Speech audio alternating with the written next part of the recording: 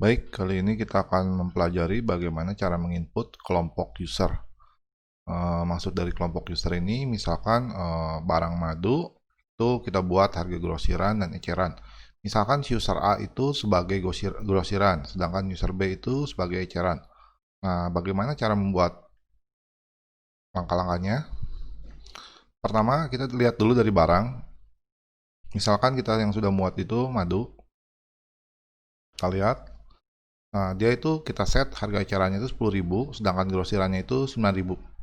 Nah, untuk harga jualnya itu biasanya kita selalu taruh harga termahalnya. Karena untuk user biasa, apabila kita tidak centang, nantinya akan masuk ke harga jual di nama pelanggannya. Sebagai contoh, bagaimana cara membuat menu eceran dan grosirnya?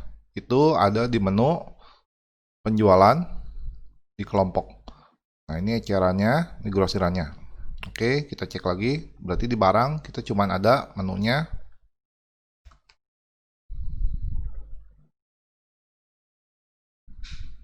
eceran dan grosiran.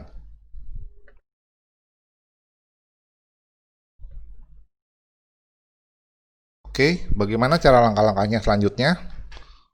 Kita masukkan ke dalam penjualan. Dari penjualan ini kita masukkan ke dalam pelanggan.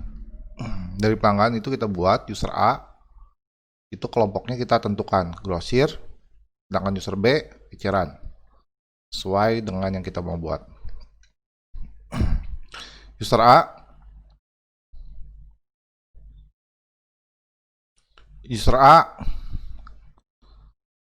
grosiran, sedangkan user B adalah eceran. Cara membuat grosiran dan ecerannya ada di menu mana? Itu ada di menu kelompok yang sudah kita buat sebelumnya. Nah, sebelumnya itu kalau misalkan defaultnya itu dia tidak ada menu grosiran dan eceran. Jadi dia hanya polos. Nah, ini masuknya nanti ke dalam harga jual. Adanya di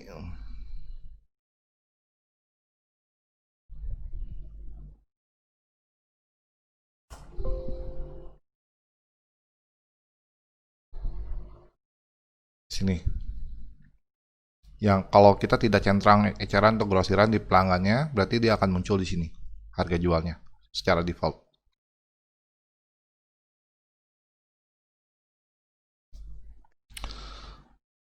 Nah, bagaimana cara men-setnya lagi? Untuk menu-menu yang gold dan silver itu kita bisa tambahkan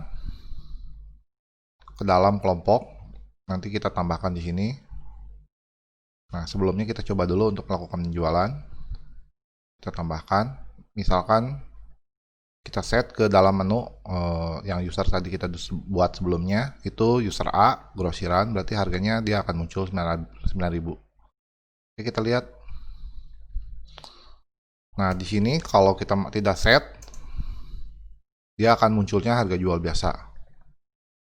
Nah, sebelumnya ini yang harus di set itu adalah nama pelanggannya.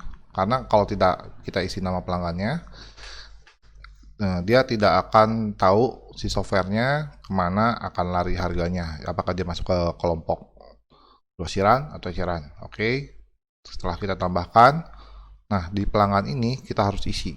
Misalkan user A, kita isi madu. User A itu berarti dia sebagai grosiran. Dia akan munculnya harga grosir. Sedangkan untuk user B, karena dia usernya biasa,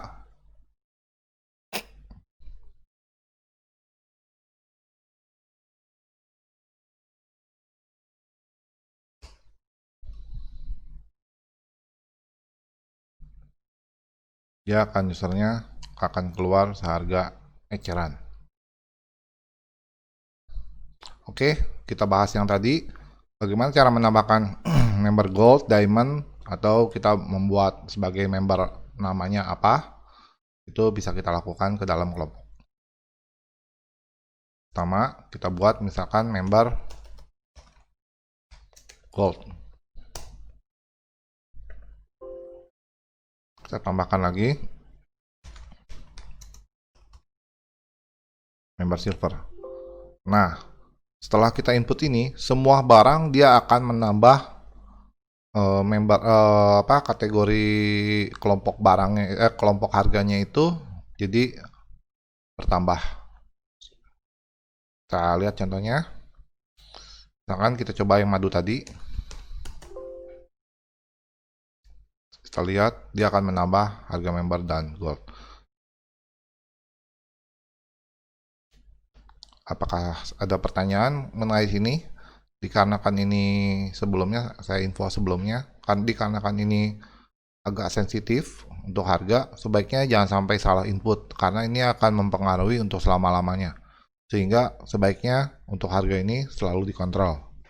Oke, sekian. Terima kasih.